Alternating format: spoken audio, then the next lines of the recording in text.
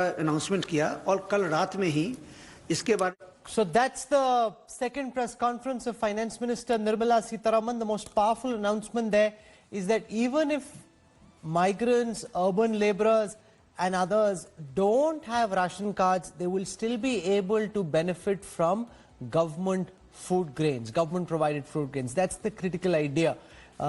Efforts being made to alleviate the pain of those who are stuck in urban centers, making their way back home, and also attempts to ensure that they are taken care of once they get back to their villages and their estates. Joining us at this time is Dr. Ramesh Chand. He's a very well-known agricultural economist, works currently as a member of the Niti Aayog, has been instrumental in shaping India's food policy and nutritional security.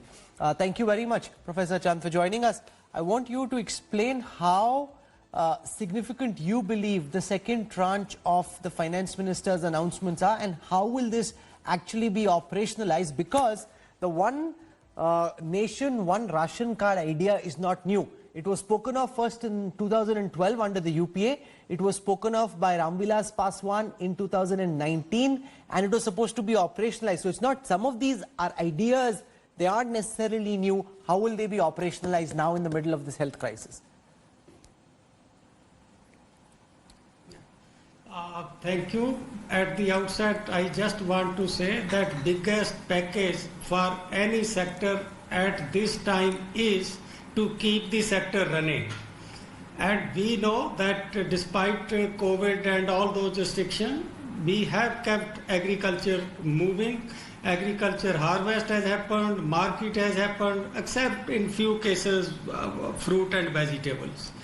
The steps announced today, you know that after the harvest, farmers normally repay their loan.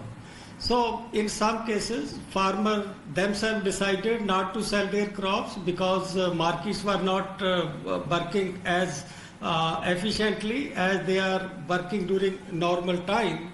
So just to give a relief to the farmer, the date for repayment of loan was extended by 2 months, and today again it is extended by 3 months.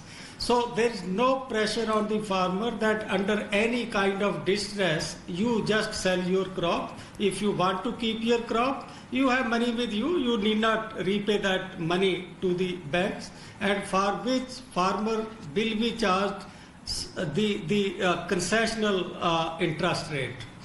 Then second is that in this period, the month of April, May and June, first quarter, most of the crop activity is not there. This quarter accounts for nearly 20% of total gross value added in agriculture, but there is livestock activity, some vegetable, fruits, they are there, and some summer crops, fodder is there. But you don't have major crop, only 5% of the total area is sown. Okay. So this is a lean period. In this period, farmer arrange for some inputs, they would buy fertilizer, they would buy seed. So the finance minister has announced that though this is a lean period, okay, but flow of credit to the agriculture sector will go uninterrupted. So that is second, I will say, positive step, that supply of agriculture credit to agriculture sector will not be hindered in any way. Professor Ramesh Chand, we deeply appreciate you joining us. Thank you.